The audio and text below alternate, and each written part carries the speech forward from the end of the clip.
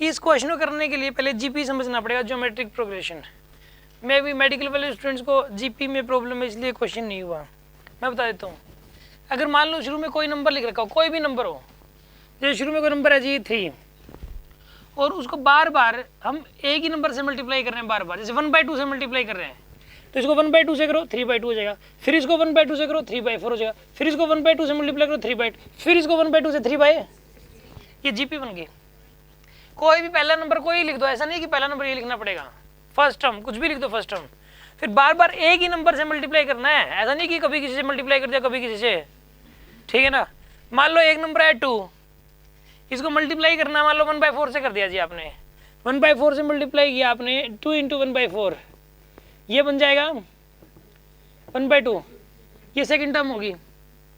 फिर इसको 1/4 से मल्टीप्लाई किया कितना हो जाएगा 1/8, फिर इसको 1/4 से 1/32, ये क्या बन गया जीपी बन गया। अभी फर्स्ट टर्म कुछ भी लिख दो और उसको बार बार एक ही नंबर से मल्टीप्लाई करो। जो पहला नंबर लिखते हैं ना उसको फर्स्ट टर्म बोलते हैं, फर्स्ट टर्म ए से रिप्रेजेंट करते हैं फर्स्ट टर्म को। ये जो है ना ये ए है यहाँ पे, ठीक है, ये भी ए है यहाँ पे।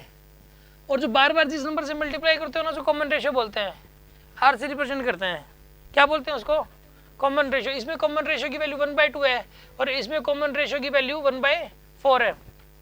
कॉमन रेशियो वो वाला होता है जिसको बार बार मतलब मल्टीप्लाई कर रहे हो आप, और उसको आर से रिप्रेजेंट किया जाता है। एक तो फर्स्ट टर्म होती है और एक कॉमन रेशियो। अगर हमें ये बातें पता हो तो आप जीपी क्रिएट कर सकते हो। जीपी क्रिएट करने के लिए first term and common ratio पता होना चाहिए। जैसे कि मान लो मैंने ए तो बता दिया इस केस के अंदर 6 और कॉमन रेशियो बता दिया जी मान लो 1/3, ठीक है, ये कॉमन रेशियो बता दिया, तो आप जीपी क्रिएट कर सकते हो। कैसे करोगे, 6 होगी फर्स्ट टर्म, तो सेकंड हो जाएगी 6 × 1/3 2 आएगी, फिर इसको 2/3, फिर 2/9, इस तरीके से क्रिएट होगी जीपी। अच्छा अब सुन लो, अगर जीपी के अंदर ये इस तरीके से आप इनफाइनाइट टर्म्स भी निकाल सकते हो, इनफाइनाइट तक कि जितनी मर्जी टर्म्स निकाल लो। अगर कॉमन रेशियो 1 से कम हो, कॉमन रेशियो क्या हो 1 से कम, तो सम ऑफ इनफाइनाइट टर्म्स का फॉर्मूला होता है if r is less than 1 then sum of infinite terms हो जाएगा a/1 - r, ये फॉर्मूला होता है।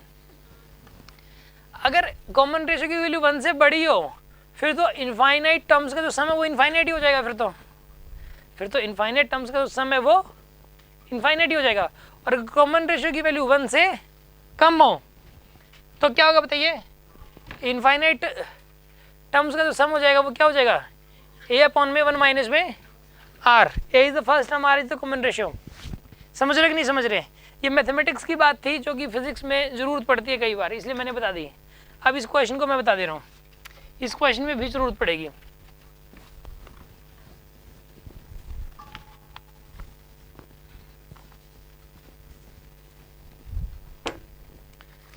यहाँ पे ना स्प्रिंग लगे हुए हैं सीरीज में, के है स्प्रिंग कांस्टेंट, फिर 2 के है, फिर 4 के है एंड 8 के है,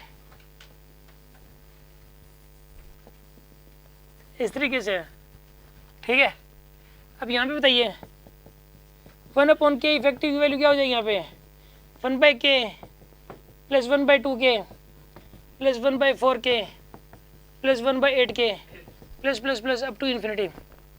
इसमें a की वैल्यू क्या है, यहाँ पे a की वैल्यू है 1/k और कॉमन रेशियो कितना है इसमें, common ratio 1/2।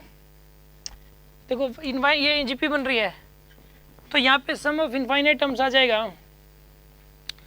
a/1 - r 1/k/1 1 - 1/2, यानी कि ये आ जाएगा आपके पास 1/k/1/2, यानी कितना आ जाएगा यहाँ पे 2/k आ जाएगा। तो यहाँ से बताइए k इफेक्टिव की वैल्यू कितनी आ जाएगी, k इफेक्टिव की वैल्यू k/2 बन गई।